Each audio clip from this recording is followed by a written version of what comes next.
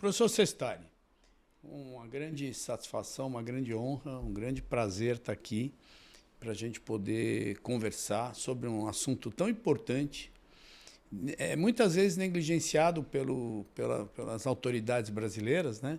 Que é mercado de capitais. Então, estou muito orgulhoso, primeiro porque recentemente lançamos um livro, agora em junho, que todo mundo está vendo aqui na tela, Mercado de Capitais e Bolsa de Valores, né?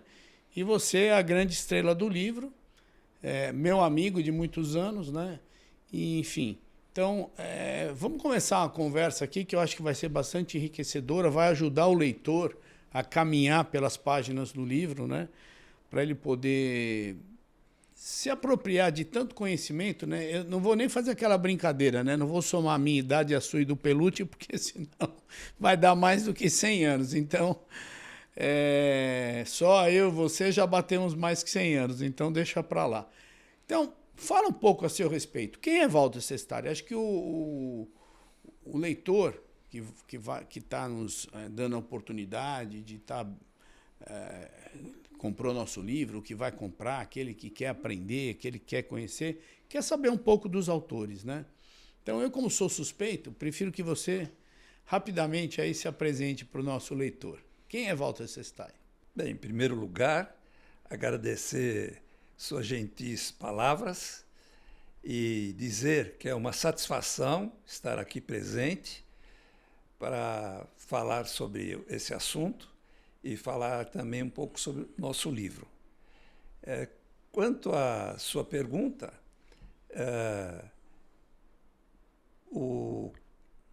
pode-se dizer que eu sou um profissional de mercado, já há 55 anos presente no mercado de capitais. Então, são mais de meio século de serviços prestados ao mercado, e entre esses serviços, uma dedicação, uma participação, digamos assim, mais acentuada na área do ensino. Alguém tinha que fazer esse papel na história do mercado financeiro, alguém tinha que fazer a divulgação desse mercado. Sabemos da importância dele para o desenvolvimento econômico. Não existe economia desenvolvida sem um mercado financeiro desenvolvido. No início dos anos 60, nós estávamos convivendo na economia brasileira com a implantação de um planejamento do governo federal visando o desenvolvimento econômico. E foi a década onde se estruturou todo um planejamento que veio a resultar no milagre econômico brasileiro. E dentro desse planejamento do governo, foi implantado o novo sistema financeiro nacional. A implantação do sistema financeiro nos anos 60 resultou na reforma bancária, em 1964. E essa reforma bancária foi necessária pela necessidade de canalizar recursos para a capitalização das empresas. Não existe economia desenvolvida se as empresas não estão capitalizadas. Então, criou-se o novo Sistema Financeiro Nacional e, na reforma bancária, deu-se destaque para a criação da nova Bolsa de Valores. Assim sendo, a Bolsa de Valores, já existia há décadas, como bolsa de fundos públicos, onde os corretores eram nomeados pelos governadores do Estado para a negociação de títulos e fundos públicos, essa bolsa passou a ter uma nova função, uma função importante, visando a capitalização das empresas. E que papel tem a bolsa nesse plano? É o de promover a liquidez desses papéis emitidos pelas empresas para a captação de recursos para o seu desenvolvimento. Assim, então, criou-se a nova Bolsa de Valores, chamada até então Bolsa de Valores de São Paulo. Foi quando eu ingressei no mercado, nessa reforma bancária, com esse novo sistema financeiro. E isso nós estamos falando de 1965. Portanto, lá se vão várias décadas de nossa presença no pregão. Então, foi assim que nós iniciamos a nossa carreira. Só que, ao mesmo tempo, o mercado estava dando os seus primeiros passos, estava engatinhando. E era um mercado pouco conhecido. E, dessa forma, ele precisava ser divulgado. Coube a nós esse papel de divulgar o mercado, passando ensinamentos para os investidores sobre a estrutura do mercado, o seu funcionamento, como analisar esse tipo de investimento, os riscos nele envolvidos. E assim, então, tivemos um papel paralelo de, ao mesmo tempo de desenvolver a nossa atividade profissional no mercado financeiro, como intermediador de negócios, como analista de negócios, também a função de divulgador, de divulgação. Educador, né? Educador. Educando o mercado, educando os operadores, educando os investidores. Nisso você, de fato, foi pioneiro e uma das pessoas que é notoriamente reconhecido, né? Você está lá no Museu da Bolsa, não é à toa, né? Acho que a Bolsa faz uma homenagem. E aí, nessa questão que você está colocando para a gente, então, você tinha lá a sua carreira como executivo do mercado de capitais, né? E percebeu a importância também de educar o mercado, né? A gente tem aí, recentemente, se a gente olhar nos últimos 20 anos, quem seguiu muito seus passos foi um desses bancos, que hoje tem vários agentes distribuídos pelo Brasil, que é a XP, né? Que começou fazendo o que o Sestari já fazia há muito tempo, né? Educação do investidor, né? E aí, professor, bom, eu sei muito da sua trajetória, pela nossa amizade de muitos anos, mas o nosso leitor, antes da gente entrar para falar do livro, acho que tem um ponto que é muito relevante na sua trajetória, na sua contribuição para o desenvolvimento do mercado. Acho que isso a gente precisa sempre falar, porque as coisas não aconteceram nem ontem, nem anteontem. As coisas são um somatório, né, de ações em função de política econômica, de geopolítica, e onde os atores, que são pessoas no limite, né, porque uma empresa nada mais é do que uma estrutura de capital com pessoas que assinam por ela, né? E você tem um papel relevante que eu queria que você contasse aqui para os nossos... as pessoas que estão nos acompanhando aí nas diversas mídias sociais, sobre o Ibovespa, do índice Ibovespa, porque muita gente fala, né? Você vê qualquer canal de televisão, ou YouTube, ou rádio, qualquer meio de comunicação, né? O jornalista fala, o Ibovespa subiu, o Ibovespa caiu, o Ibovespa subiu, o Ibovespa caiu. Então, explica para nós o que é o índice Ibovespa e como ele surgiu. E eu sei que você é um dos elaboradores do índice, que é algo extremamente relevante, e essa é uma contribuição sua que entra para a história. Conta para nós um pouquinho. Você descreveu muito bem o cenário do mercado financeiro nos seus primórdios e a nossa participação. Então, foi logo percebido, naqueles primeiros momentos do novo sistema financeiro, na metade da década de 60, dos anos 60, foi percebido que deveríamos ter no mercado um índice que desse uma indicação da variação de preços praticadas no mercado, os caminhos do mercado, os sinais existentes no mercado, no seu dia a dia e no acumulado da semana, do mês, do ano, que um indicador que desse uma visibilidade para todos, uma transparência do comportamento do mercado. Sabemos que sabemos de uma condição presente no mercado financeiro, que é a volatilidade.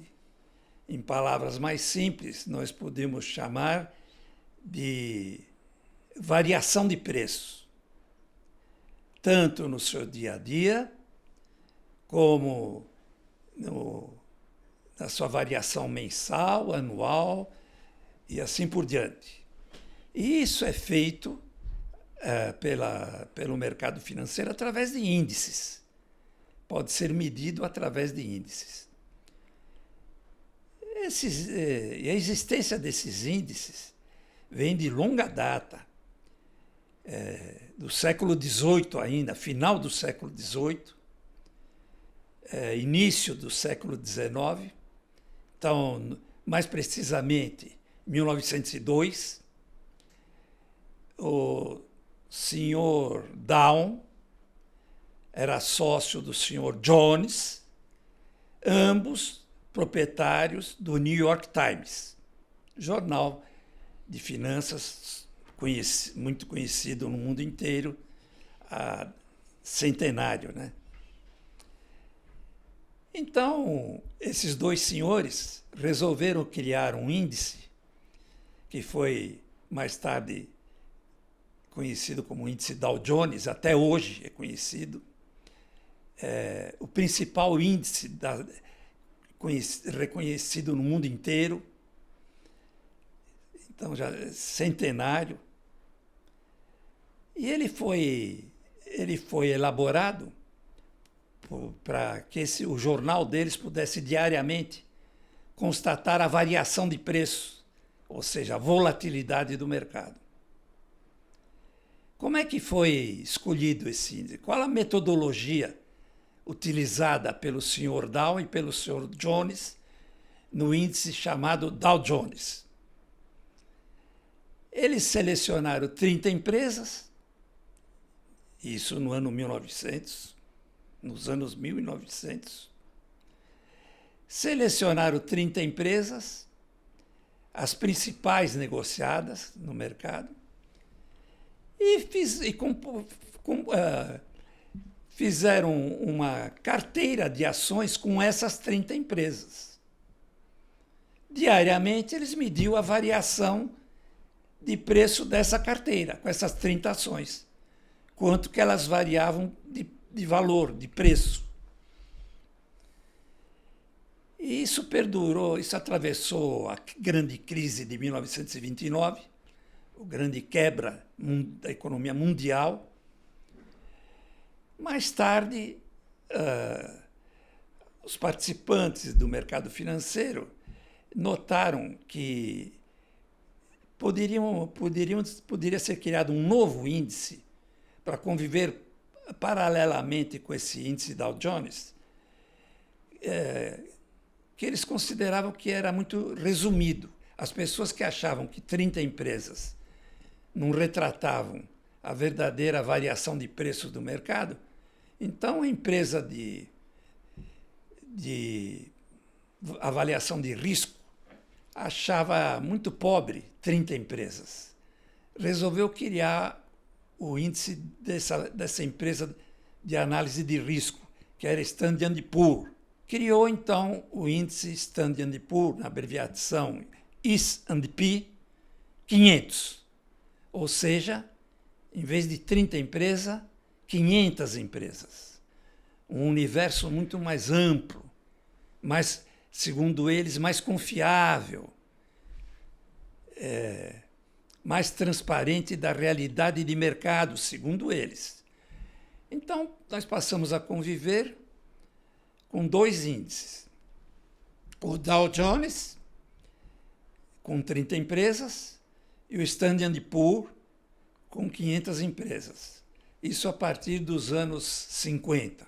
Cabe ressaltar que nessa época que se criou o índice Standard & Poor's,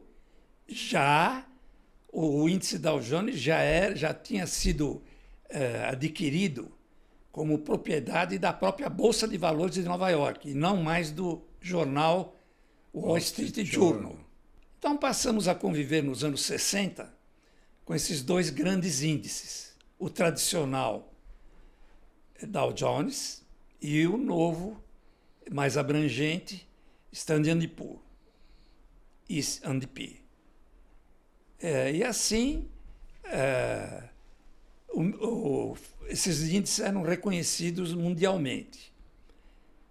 Quando da implantação do novo sistema financeiro, que nós acabamos de demonstrar, aqui no Brasil, também houve a necessidade de criar um índice para as bolsas brasileiras.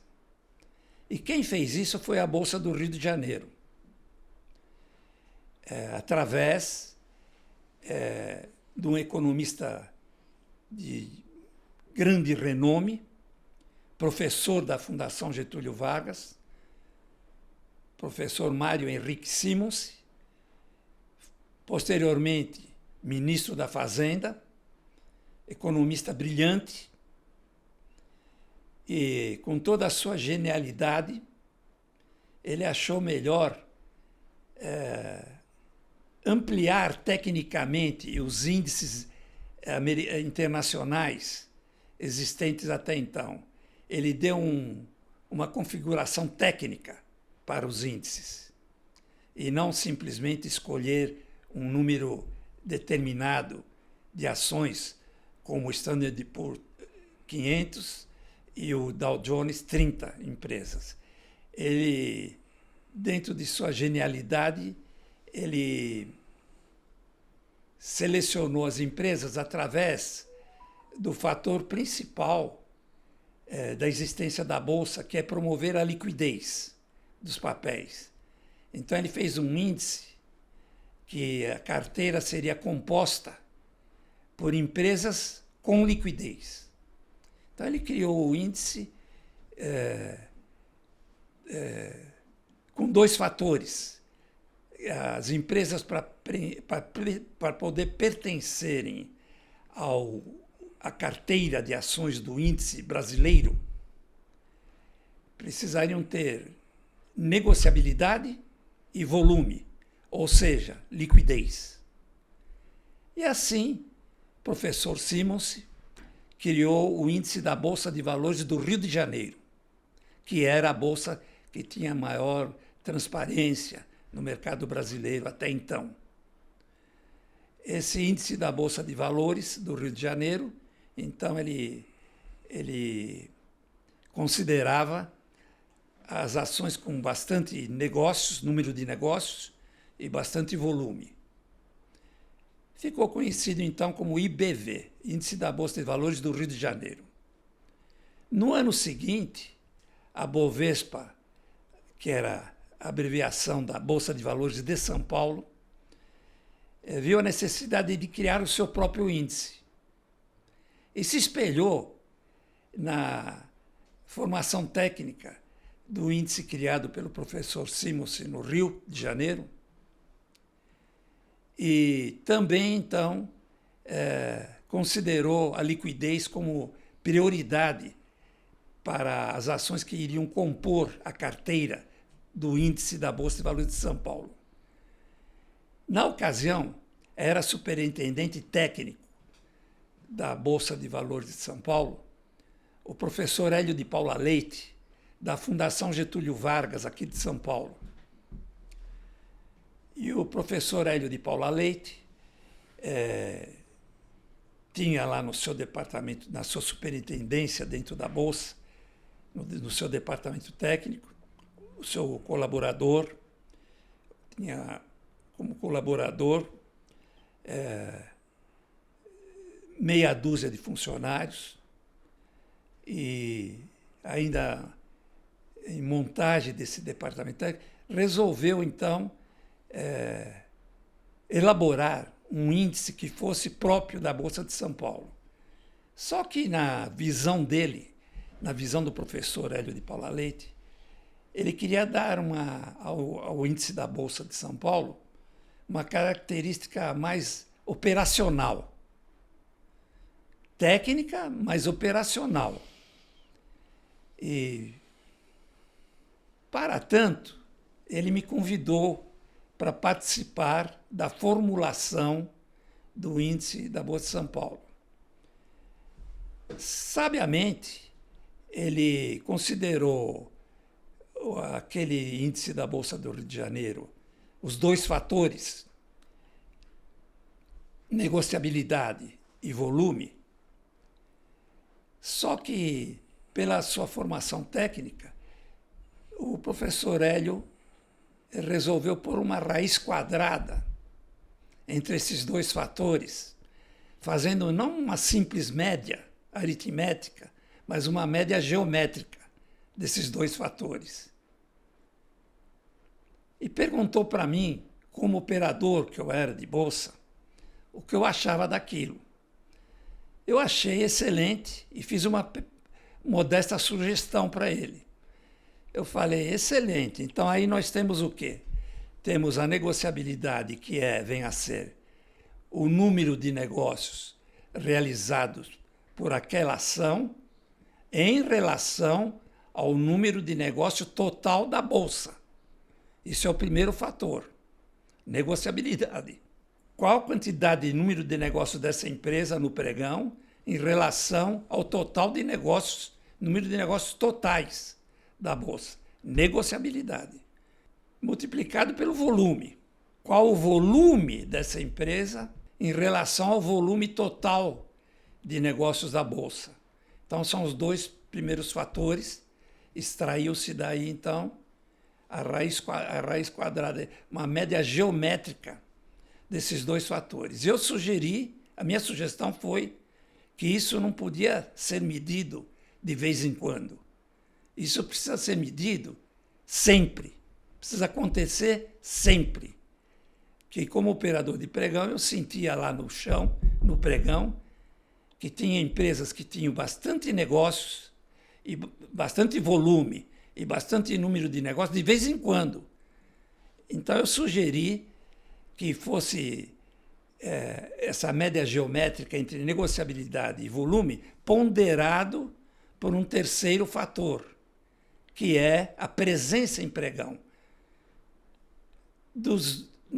Mensalmente, se nós tivermos 20 pregões, um exemplo, em quantos pregões essa ação esteve presente? Nos 20 ou só em 10 ou em 15?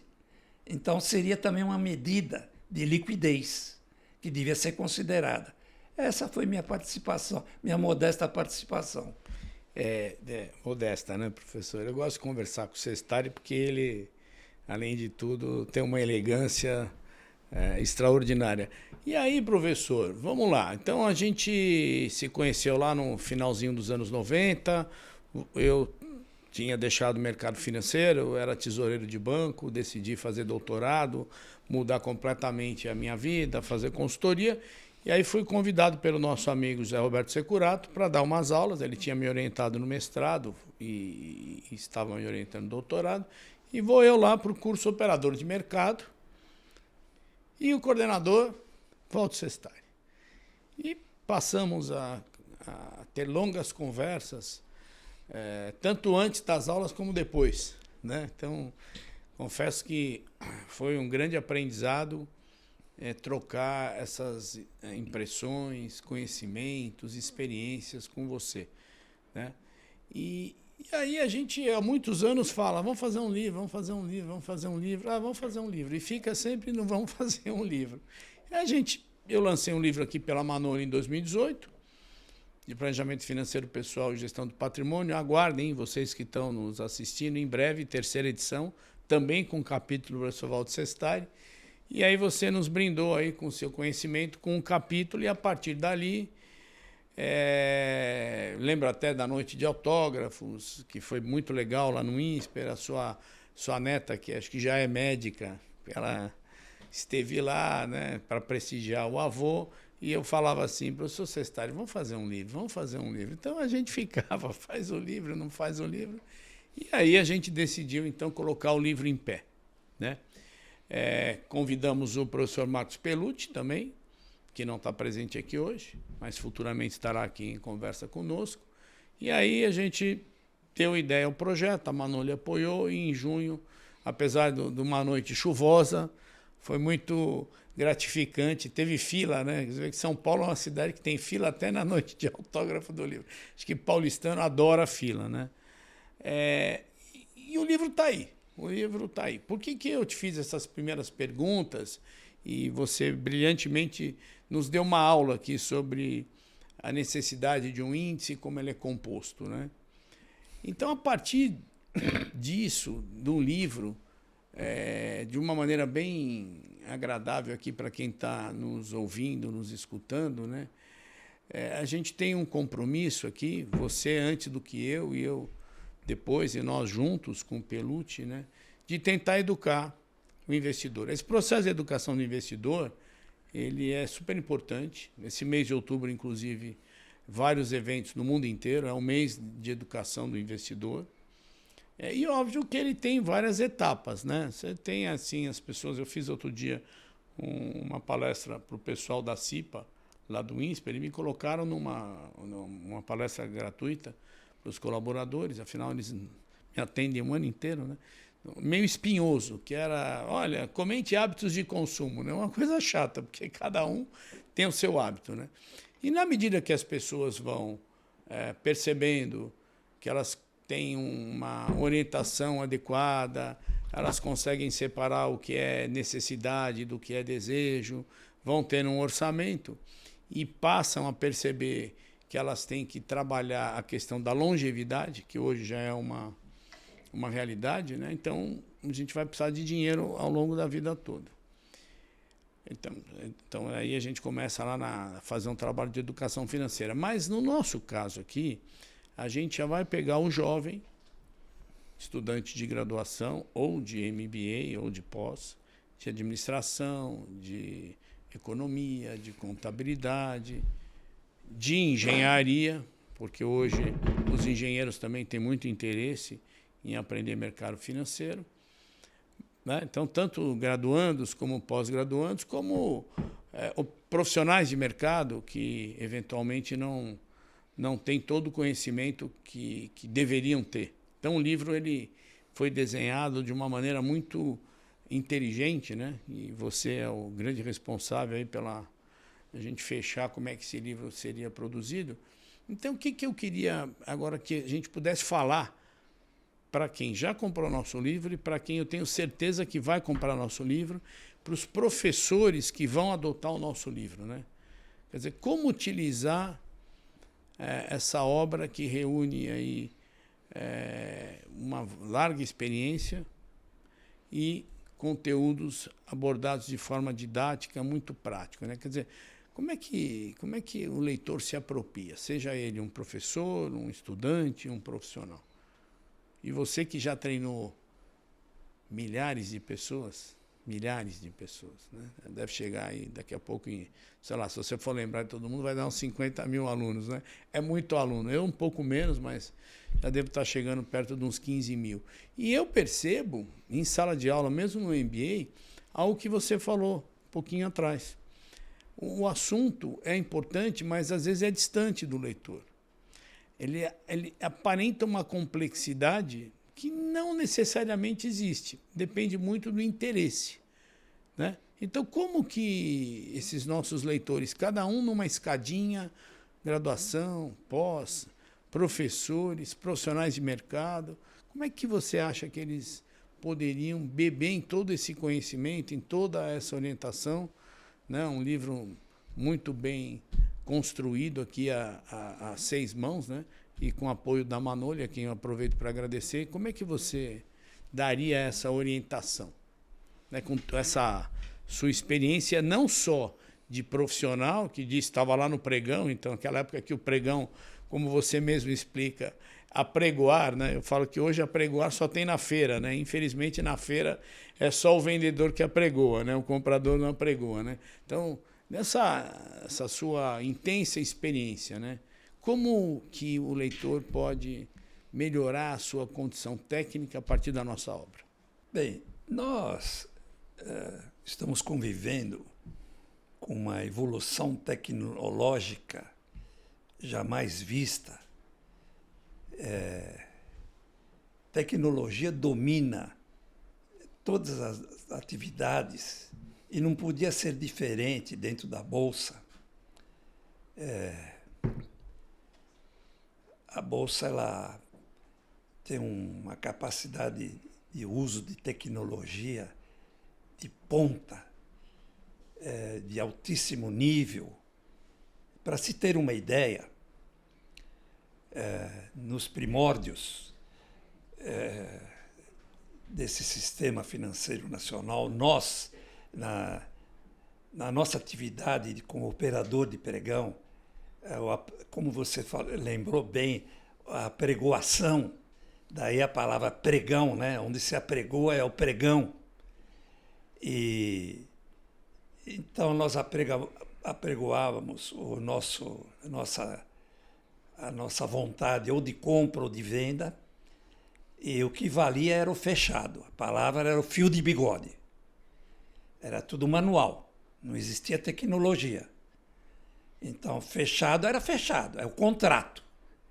E para isso tinha o boleto da Bolsa, que era preenchido pelo vendedor e assinado pelas duas partes, vendedor e comprador. Esse boleto era entregue na mão do funcionário da Bolsa, que, através de um barbantinho, punha no prendedor de roupa e mandava para o primeiro andar, que era onde registrava o negócio. Era o fio do bigode. E essa operação, no total, demorava uns 2 minutos, mais ou menos, entre a apregoação que eu fazia de meu desejo, minha intenção de comprar um determinado papel e de dar o fechado, e de preencher o boleto manualmente. Demorava 2 minutos. Essa mesma operação hoje, ela é feita em fração de milésimos de segundos. Bom, vamos pôr isso aí em termos reais. Naquela época, nós fazemos, vamos pôr em dólares, se tanto $1 milhão por dia de negócios na Bolsa, $1 milhão em valores, em dinheiro, $1 milhão por dia. Hoje é feito 1 bilhão, ou melhor, 5 bilhões de dólares, pondo em dólar, moeda americana. Você vê a diferença que tem, a dimensão extraordinária, a velocidade com que as operações são realizadas. O mundo mudou, a Bolsa mudou, a tecnologia alterou todos esses processos, né? Então, nós temos um âmbito muito grande de aplicação de tecnologia funcionando no mercado. Porém, os princípios continuam os mesmos de 50 anos atrás. Ou seja, é lei da oferta e da procura, que está implícito durante um pregão, seja ele aquele manual que nós fazíamos há 50 anos atrás ou de hoje, processamento eletrônico. O que prevalece é a lei da oferta e da procura. O mercado vai subir quando tem mais comprador do que vendedor e vai cair ao contrário. Não mudou nada. Para que isso ocorra, o investidor interessado em ingressar no mercado tem que ter conhecimento. Como sempre teve. 50 anos atrás, a mesma coisa. Precisava ter conhecimento. Essa lei que não mudou até hoje. Como é que se processa a lei da oferta e da procura em qualquer mercado? Não precisa ser só na Bolsa. Em qualquer mercado de imóveis, de automóveis, na feira, como você disse, na venda da batata. Lei da oferta e da procura. Mais banana ou menos banana, o preço sobe ou desce. Mais comprador ou mais vendedor, o preço sobe ou desce. E quando é que ocorre a presença de maior participante de um lado do balcão? Quando é que tem mais vendedor? Quando é que tem mais comprador? Para isso, precisa ter conhecimento. O nosso livro aborda isso. Esses conhecimentos necessários para a participação no mercado. Como você mencionou, coube a mim, por essas questões de carreira, formação profissional, a Bolsa delegou a mim a tarefa de educar os participantes do mercado lá nos primórdios. Na verdade, a nossa diretoria esteve na Bolsa de Nova York nos anos 60, final, nesse início, nessa reforma bancária, e percebeu que lá, para a pessoa ser profissional de mercado, um operador de bolsa, presente lá no PIT, no pregão, precisaria ser credenciada. E esse credenciamento, ele incluía um curso de aprimoramento profissional e passar nesse exame. A Bolsa aqui no Brasil fizemos a mesma coisa, a Bolsa de São Paulo, e delegou a mim essa tarefa de montagem desse curso. Foi aí que nasceu a certificação profissional. Foi aí que houve o pioneirismo da certificação profissional. Todos os operadores eram obrigados a ser aprovados no curso, onde a gente passava os conhecimentos necessários. Por que isso? Porque nesse início desse novo sistema financeiro nacional, estamos falando no final dos anos 60, o governo, para estimular, para incentivar esse mercado desconhecido até então, que era o mercado de ações, mercado de bolsa de valores, não era conhecido pelo público brasileiro. Então, em 1968, o governo, para estimular, para incentivar esse mercado, deu um incentivo fiscal. Decreto-Lei 157, que consistia no seguinte: todo cidadão que tinha imposto de renda a pagar, pessoa física, podia 10% desse imposto de renda a pagar comprar em ações. Poxa, melhor que não pagar imposto de renda, qualquer coisa é bom. Até ações que ninguém conhecia o que era.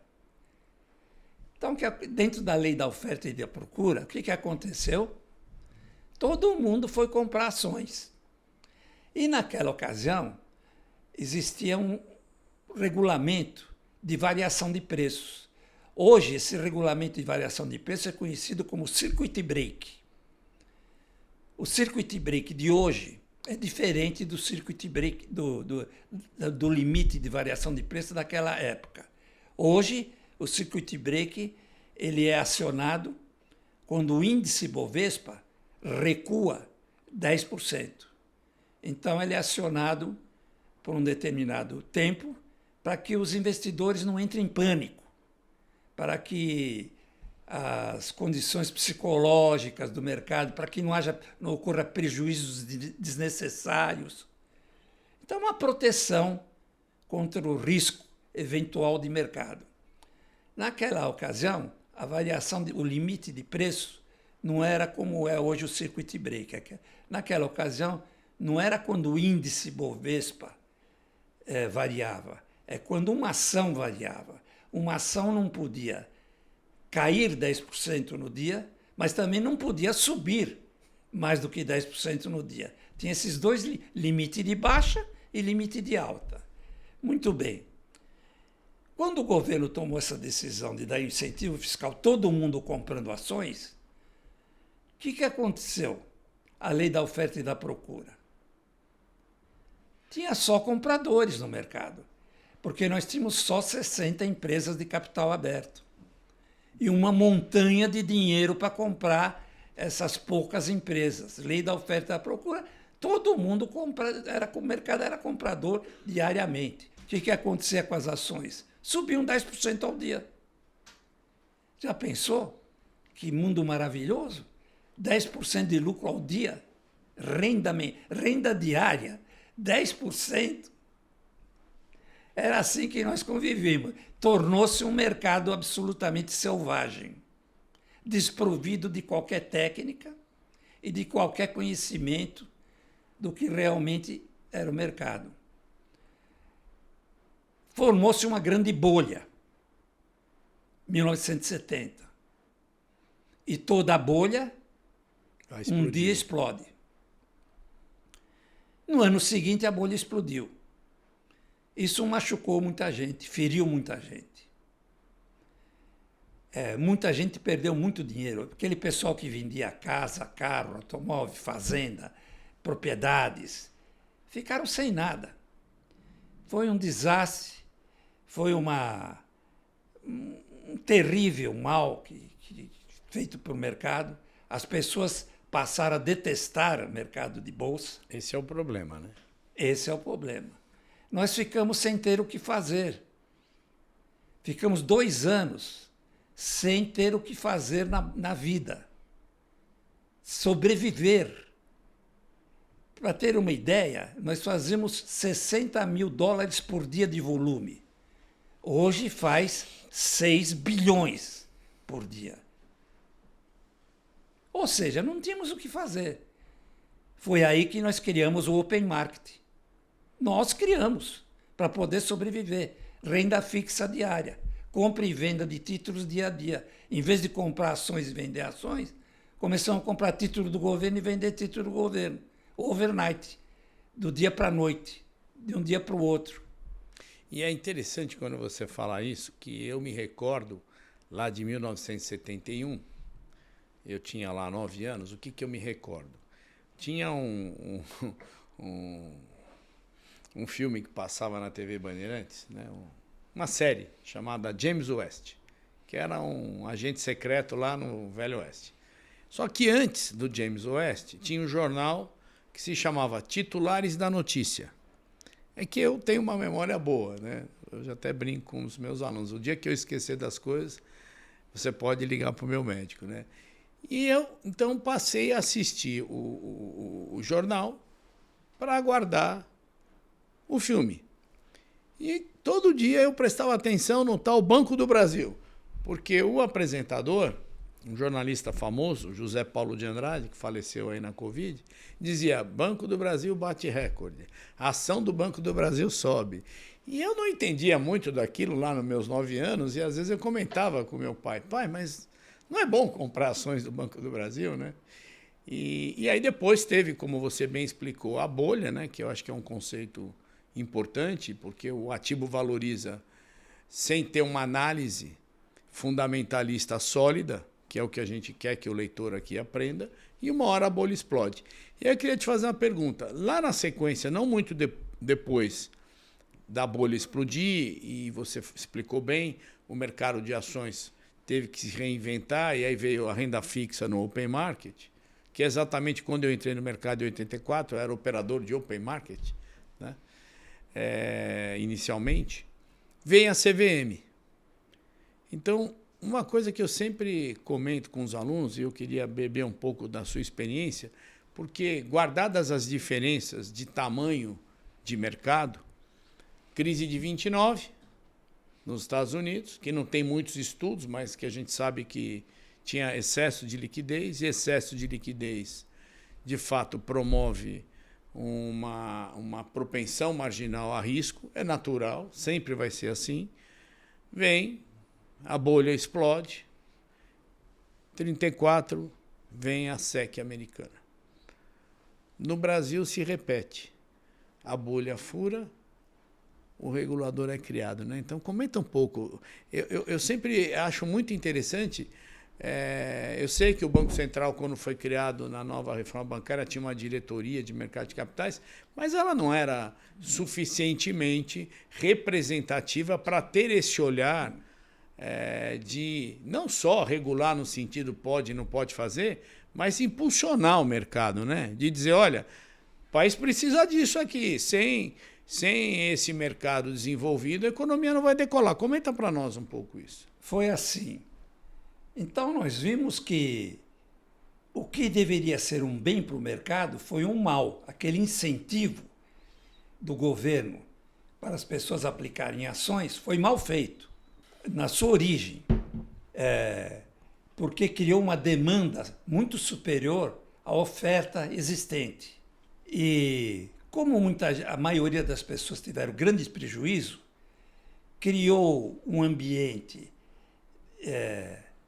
no mercado, entre os investidores, que bolsa não era um lugar apropriado para fazer investimento. E isso foi exatamente o contrário do que o planejamento do governo federal tinha em relação à capitalização das empresas. O governo percebeu o erro que ele cometeu, fazendo a bolha explodir, fazendo esse mal para o mercado. O que seria um bem foi um mal. Ele percebeu o erro que ele cometeu. Como consertar o erro? Então, no ano posterior, mais precisamente em 1974, portanto, ficamos 3 anos hibernando na escuridão do mercado.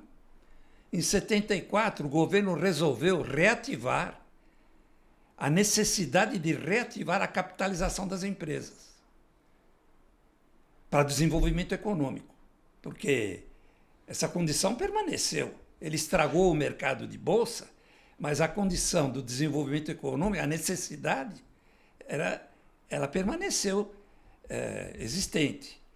Precisava só consertar o erro que foi cometido. Para isso, em 1974, a primeira providência do governo foi criar a nova lei das SA. Por quê? Importante criar a nova lei das SA? Para dar mais segurança para o investidor, dando maiores poderes para as ações preferenciais, maior segurança para os preferencialistas, e não só as ações ordinárias. Então, essa nova lei das SA, ela veio com essa finalidade, de dar mais segurança aos investidores. Por que isso era necessário?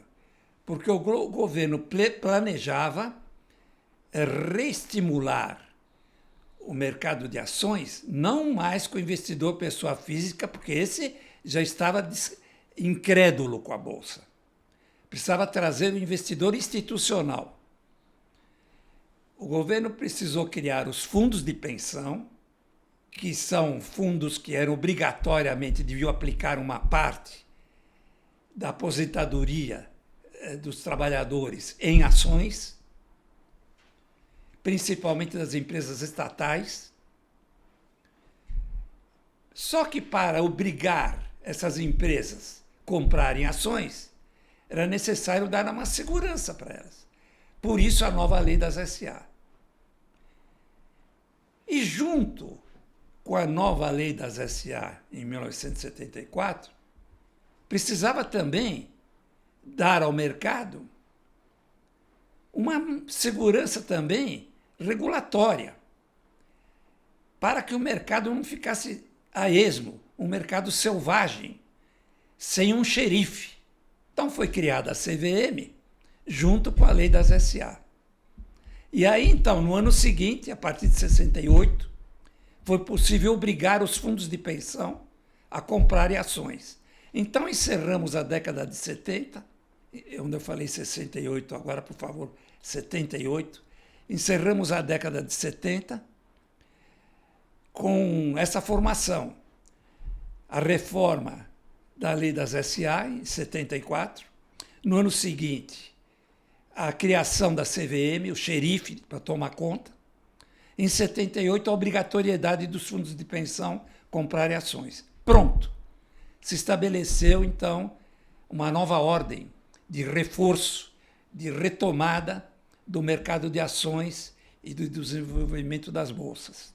E, a partir daí, houve a retomada, mas ainda em passos leves, suaves. Tanto que em 1980 iniciamos a década de 80 com um outro benefício, um outro produto, chamado mercado de opções, exatamente em 1980, que era uma forma de se proteger contra as variações de preço.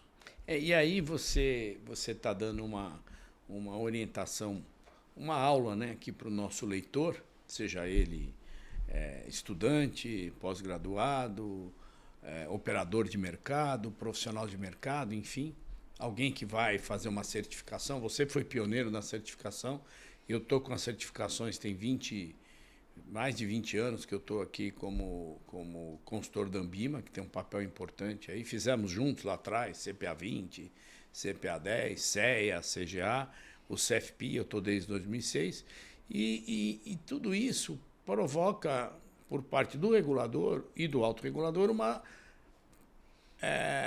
exigência para que o profissional se recicle. Por quê? Porque o mundo globalizou, entender o processo exige estudo, exige conhecimento, e quanto mais eu estudo, talvez mais eu consiga perceber como a lei da oferta e da procura, como você bem explicou, vai interferir no preço dos ativos, né? Essa lei ninguém vai revogar, agora eu preciso ter fundamentos.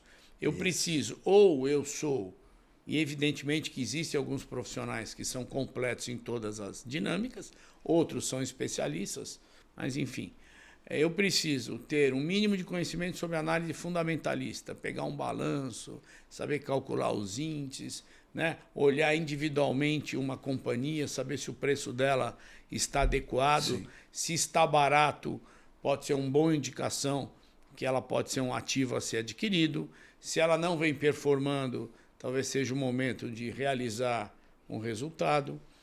Mas também, nos últimos anos, cresce muito no Brasil os analistas técnicos, que trabalham, sim, os gráficos de maneira muito relevante, né? Você falou em opções, temos um capítulo de derivativos aqui. Sim. Então, eu queria que você chamasse a atenção, desse destaque aí nos conteúdos do livro, de maneira ampla, não precisa ser específica, para o leitor, que hoje o profissional de mercado, seja ele de renda fixa, de renda variável, um trader, um gestor de fundos, um analista, ele precisa mais do que lá atrás, quando eu comecei a trabalhar, que, sim, a gente era muito fechado.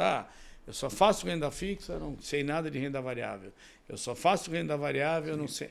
Hoje, por exigência autorregulatória das certificações para a entrada no mercado e para a continuidade da sua ascensão na carreira. E para entender o mundo global, que tem muita variável, hoje o estudante, quem quer se apropriar do que está aqui no livro, precisa ter essa consciência, né? Preciso ter uma boa ideia de todos os temas que estão aí no nosso sumário. Fala um pouco para o nosso leitor. É isso mesmo, Ricardo. Está perfeito a sua descrição. Essa visão de mercado que você tem é própria de quem é um homem experiente de mercado. E ela vem ao encontro das necessidades de não só os profissionais de mercado, mas todo investidor ter conhecimento de como atuar nesse mercado. quer seja na utilização de ferramentas disponíveis, quer seja através das estratégias existentes. O nosso livro contém essas informações. Em relação à participação no mercado, além dos profissionais, você, de um modo geral, como investidor, né, você tem vários tipos de investidores no mercado. Tem o investidor, quer seja profissional ou individual. Tem o especulador. Tem o scalper. Tem o financiador, que também atua dentro do mercado da bolsa. São vários tipos que o livro contempla essas informações. Mas, um breve resumo, o investidor é aquele que tem um horizonte de longo prazo e que vai analisar o mercado através do valor de uma ação. Nós sabemos que uma ação representa a menor fração do capital social da empresa. Ou seja, quando eu compro uma ação, eu me torno acionista da empresa, sócio da empresa. Portanto, eu tenho que saber, minimamente, quanto vale essa empresa. Como você mencionou, Ricardo, eu vou saber isso através do balanço. Vários indicadores nós podemos usar. O livro, ele orienta quais são esses indicadores. Podemos citar alguns deles. O valor patrimonial da ação, por exemplo. Aquele pedaço da empresa que eu sou dono, quanto vale aquele pedaço, aquele patrimônio, aquela fatia da empresa, qual o valor? No balanço é fácil de pegar isso. Mas tem que estudar, tem que estar preparado. O livro mostra isso. Usar o nosso livro para exatamente se capacitar. Se capacitar. É fundamental para atuar no mercado financeiro, qualquer área, e assim como também na Bolsa de Valores, que compõe o mercado financeiro, é necessário ter conhecimento para ter mais sucesso, para poder obter uma rentabilidade melhor. Quanto mais conhecimento, melhor. Mesmo sendo atendido por profissionais da área, mesmo que sendo aconselhado, é importante, muito importante, o investidor ter conhecimento do assunto para poder discutir com o seu orientador. Pode ser qualquer tipo de participante do mercado, ou investidor, que é aquele que tem um horizonte de longo prazo, ou especulador, que tem um horizonte de curto prazo, chamaria de jogador, é o que está na bolsa para dia a dia comprar e vender com a finalidade de obter ganhos diários, e aí o risco aumenta, evidentemente, aumenta a possibilidade de perda, é maior. O tipo de participante no mercado, chamado scalper, que é um profissional, um técnico que está no mercado tentando pinçar as oportunidades de área do mercado, que elas existem, e também o financiador, aquele tipo de participante do mercado que não se importa com a variação do preço da ação. Ele se importa com a taxa de juros que ele vai obter alugando uma ação, vendendo uma ação no mercado a termo, que é uma modalidade de negócio na bolsa. Então, existe também... Que explicamos no livro. Explicamos no livro esses fundamentos.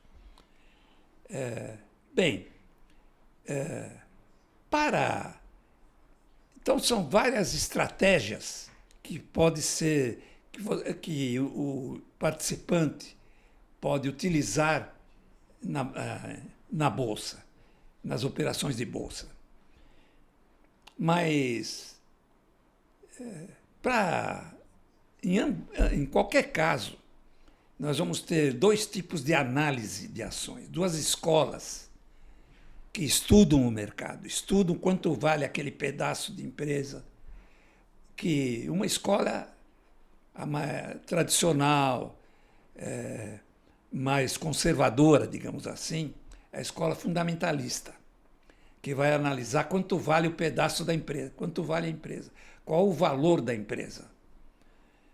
Então, aí, através dos balanços, você tem indicadores como, por exemplo, o valor patrimonial da ação, o grau de endividamento da empresa, a capacidade de geração de lucro da empresa, fluxo de caixa da empresa, capacidade de geração de caixa da empresa.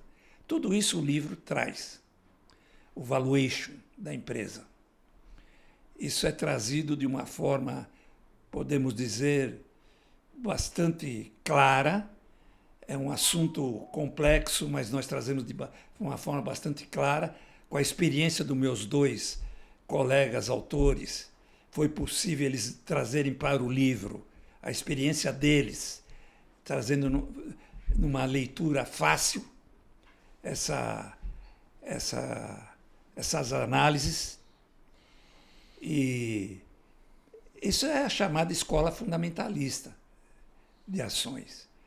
Há outro tipo de escola existente nos mercados de bolsa no mundo inteiro é a análise gráfica, onde essa análise gráfica é utilizada para o curto prazo, para o investidor especulador na sua essência. É um tipo de análise onde, através de formação de gráficos e figuras, o investidor vai tomar decisão. Um exemplo disso são o gráfico de barras, por exemplo. São barras que se formam com a variação diária dos preços. Se estabelece uma distância da variação daquele dia através de uma barrinha. Isso é colocado num gráfico diariamente. Formam-se barras seguidas de outras barras. E o analista ele vai fazer, através de linhas máximas e mínimas, ele vai anotar quais foram os pontos mínimos num determinado período e quais foram os pontos máximos dos preços através desses mesmos períodos. Se estabelece aí um canal dessas linhas chamada de suporte, são os preços mínimos, resistência, são os preços máximos obtidos, forma-se um canal de direção de preço das ações, que com o tempo ele sofre reversões, sofre outras variações, e vão se formando então períodos de alta e períodos de baixas, através das quais, através dessas linhas, o participante toma decisões de compras ou vendas, através dessas linhas de suporte e resistência. Isso na parte de curto prazo, essa análise gráfica. Poderia dizer que para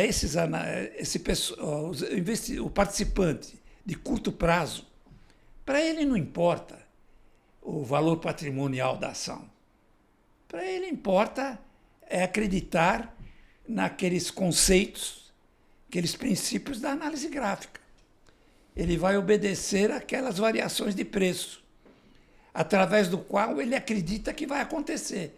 Só que como uma grande quantidade de gente acredita nisso, acaba acontecendo. A profecia se realiza, né? No curto prazo. No curto prazo. Eu acho que é importante você colocar isso, e eu tenho testemunhado que muitas empresas têm começado a treinar com maior frequência os seus analistas, traders, operadores, também para terem um fundamento da análise técnica, o grafista, que até uns anos atrás haviam algum certo preconceito no Brasil, o que eu realmente não entendia, porque no maior mercado do mundo, né, no maior mercado do mundo, que é o mercado americano, eles usam de maneira intensa. As maiores empresas americanas da área do agronegócio que também operam muito derivativos agrícolas, olham os gráficos. Então, eu acho que é fundamental que o profissional, o investidor, o participante tenha um conhecimento geral. Eu queria aqui, antes da gente continuar, aproveitar para falar para o nosso leitor ou futuro leitor, que está vendo a capa do livro, que tem o apoio da B3. Então, isso é muito relevante. Nós temos o apoio da Bolsa. E, para isso, queria aproveitar aqui para agradecer publicamente para todo mundo que está nos ouvindo, não só no Brasil, na América Latina, mas no mundo inteiro. Eu fico muito empolgado com esse negócio de rede social depois, porque você está falando para o mundo, né? Então, isso é algo muito, muito reflexivo. Agradecer a nossa amiga Marina Neme, que generosamente leu todo o livro para ver se ele estava aderente, não ao conteúdo, mas ao compliance da B3, e ao Gilson Finkelstein, presidente da Bolsa, que fez o prefácio. Então, para o leitor, ou para o futuro leitor, você tem uma obra com apoio da Bolsa, com o prefácio do presidente da Bolsa e com um dos autores, o professor Walter Sestari, um dos maiores profissionais do mercado financeiro. Professor, a gente está chegando ao fim da nossa conversa aqui, mas eu queria aproveitar para fazer um comentário e uma pergunta. O comentário é o seguinte: você falou bem da oferta e da procura, do pregão, né? E 2009, o pregão dos derivativos, o Viva Voz, morreu, né? Eu até orientei uma aluna que escreveu um trabalho chamado A Morte do Pregão, né? A morte no pregão no sentido que o operador de pregão não está mais lá. E por razões óbvias que você já explicou, né? E uma coisa interessante, eu levei alguns alunos de pós-graduação para visitar o MUBI. Então, aproveito para você, o MUBI 3, o Museu da Bolsa, aproveito para você que tem o nosso livro, vá visitar o MUBI 3, vá visitar. Eu estou lá. O professor Walter Sestari está homenageado lá, você vai poder ouvir um depoimento dele, é muito bacana. E também sobre o índice Ibovespa. E sobre o Ibovespa. Está na placa. E aí uma coisa me chamou a atenção. Alunos de 30, 32 anos, uma geração tecnológica, né? E eu achei, honestamente, que fui a pedido deles, diferentemente de alunos de graduação, que são mais, ainda estão naquela fase do deslumbramento, eu achei que, acho que não vai fazer muito sucesso. Esses jovens são 30, 32 anos, são tecnológicos, já nasceram, né, com tecnologia. E, para meu espanto, foi um sucesso absoluto eles acompanharem a trajetória dentro do museu e perceberem quanto que o mercado evoluiu de tecnologia, mas não mudou na sua essência. Então, é assim, absolutamente fantástico, né? Eu tinha a sensação que eu estava levando adolescentes num parque da Disney, mas eles estavam no Museu da Bolsa.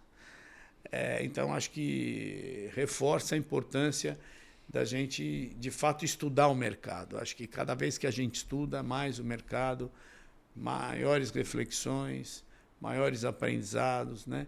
E, em função disso, eu queria te fazer uma pergunta. A gente que já está nessa trajetória já há algum tempo. Eu brinco muito, né, com meus alunos, principalmente de educação executiva, quando vão à escola, eu falo, olha, eu vou me apresentar e falo minhas credenciais resumidamente. Olha, eu comecei aqui na escola ontem, tem 25 anos, e comecei no mercado anteontem, tem 40. Para onde caminhamos? Qual é o futuro? O que dizer para esses jovens? Bem, se você me permitir, eu digo logo a seguir, eu só queria voltar um pouquinho à parte do livro. O que você quiser. Que nós demos ênfase na parte da análise gráfica. Eu queria dizer que também o livro, ele, como nós falamos em valuation, que faz parte da análise fundamentalista, nós temos os princípios que regem a lei da oferta e da procura, de grande importância para a tomada de decisão. Para a escola fundamentalista, existem, dentro do livro, alguns índices importantes para o conhecimento do investidor e para, inclusive, ele poder se orientar junto ao seu eventual assessor técnico, no seu diálogo com o profissional de mercado que acompanha seus investimentos, saber dos índices básicos de fundamentos da empresa. Quando nós falamos, e você, Ricardo, insistiu agora, que os fundamentos continuam os mesmos, os princípios são os mesmos, a lei da oferta e da procura, quando é que vai ter mais comprador e quando é que vai ter mais vendedor no mercado? Um índice muito utilizado, que eu recomendaria ao leitor, para ele ter atenção no livro, é o índice PL. Como a palavra está dizendo, o índice é uma relação entre o preço da ação e o lucro, ou seja, o preço dividido pelo lucro, capacidade de geração de lucro da empresa em relação ao que eu estou pagando. É uma taxa de retorno. Eu posso avaliar, na hora da compra, quanto eu estou tendo de retorno teórico nesse ativo, nesse investimento. Um exemplo disso. A ação está cotada a R$10. E a capacidade de geração de lucro da empresa, que eu estou vendo lá no balanço, ela gerou este lucro, durante os últimos 5 anos, ela tem uma capacidade instalada de geração de lucro de R$2 por ação. Alguns pensam em estudar o dividendo distribuído. Também é uma forma de entender o mercado, de investir no mercado. Mas eu prefiro essa análise do lucro, capacidade de geração de lucro. Eu prefiro estudar o lucro e explico por quê, em 2 palavras breves. Porque o dividendo nasce do lucro e não ao contrário. Eu estudando o lucro, eu estou matando 2 coelhos numa cajadada só. Então, eu estudando o lucro da empresa nos últimos 5 anos, vi que a capacidade de geração de lucro dessa empresa é R$2 por ano, por ação. E eu estou pagando 10, a ação está cotada a 10. Portanto, a relação do índice preço-lucro, abreviadamente chama-se no mercado índice PL, não confundir com patrimônio líquido. No balanço, que o patrimônio líquido é P.L. É uma abreviatura patrimônio líquido.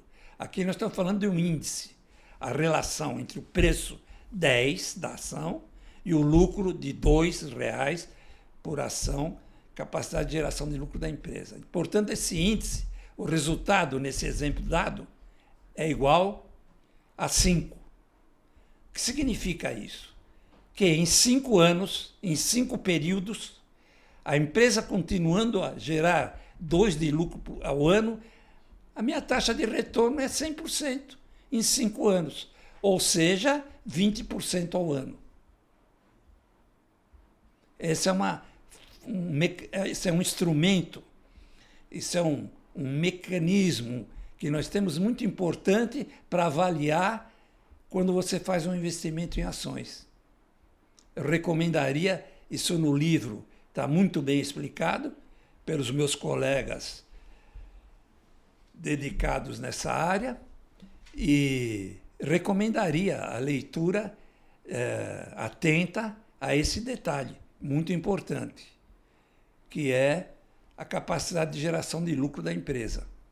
E o futuro? Bem, esse jovem, nosso leitor, 20 anos, 22, né? Para onde o mercado caminha? Bem, o que esperar? Como ao longo da sua trajetória ele consegue se manter preparado, né? Porque a lei da oferta e procura ninguém vai revogar, ela vai estar aí. Assim como nós no início abordamos que o mercado continua o mesmo, com os mesmos princípios do passado até hoje, Daqui para frente é a mesma coisa. O investidor ele vai ter que se orientar por essas condições que nós apresentamos no livro. O livro não vai ficar invalidado ou envelhecido pelo futuro. Os princípios continuam os mesmos. Por isso eu fiz questão de ressaltar tanto a análise técnica, a visão do analista gráfico, como a visão da análise fundamentalista, que é de longo prazo. Também, sempre nós vamos ter a necessidade das empresas criando valor, sempre em uma condição sine qua non as empresas se desenvolverem e continuarem crescendo. Claro que umas vão desaparecer por vários motivos, mas o desenvolvimento econômico para atender às necessidades dos indivíduos vai continuar existindo e, portanto, as empresas vão continuar existindo, gerando lucro, gerando valor e, portanto, é um tipo de investimento recomendável participar dessas companhias. Teoricamente, é lógico que investir numa empresa tem que ter uma rentabilidade maior do que investir num imóvel. Nós sabemos perfeitamente que é lei natural, quanto maior o risco, maior o lucro e vice-versa. Portanto, se eu invisto numa empresa, estou correndo mais risco do que investir em renda fixa, é lógico que esse investimento em renda variável tem que dar um retorno maior quando eu invisto numa empresa. E as empresas sempre estarão presentes, disponíveis para nosso investimento. A Bolsa tem papel relevante nisso, proporcionando a liquidez para esses papéis, que é justamente onde teríamos uma falha no investimento nas empresas. Quem compraria depois a nossa ação se eu entrar de sócio de uma empresa? Quando eu quiser sair, quem é que vai comprar? Para isso existe a Bolsa, para dar liquidez a esses títulos. E então é natural que, para o futuro, as empresas continuarão existindo. Nós temos o exemplo do passado, grandes corporações desapareceram. Quem não sabe que um dia nós tivemos uma gigantesca IBM, hoje tem a Apple.